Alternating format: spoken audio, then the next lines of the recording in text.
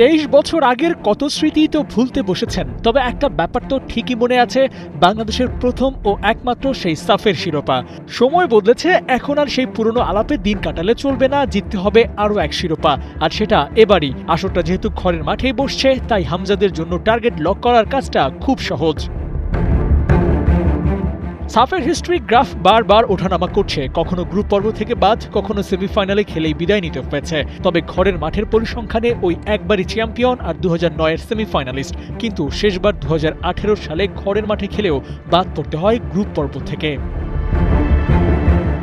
History তো সবসময় repeat হয় না, আগেরবার ঘরের মাঠে খেলা হলেও সেখানে জমাতে পারেনি বাংলাদেশ, কিন্তু এবার তো দৃশ্যপট একেবারে ভিন্ন।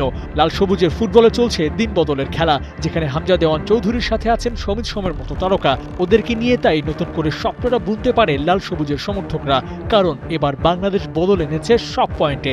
বিদেশ থেকে প্রস্তুত হয়ে আসা নামগুলোর সাথে যোগ হয়েছে টমাস ডুলির মতো হেভিওয়েট কোচ, যিনি থাকবেন ডাগ আউটে, আর এটাই বাংলাদেশকে এনে দিতে পারে সাফল্য।